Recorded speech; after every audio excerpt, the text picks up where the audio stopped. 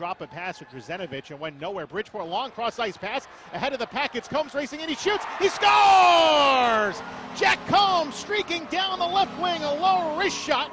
Gets it past McElhenney for his fourth of the season, and the Sound Tigers tied at 1 with 8:33 to play in the first period.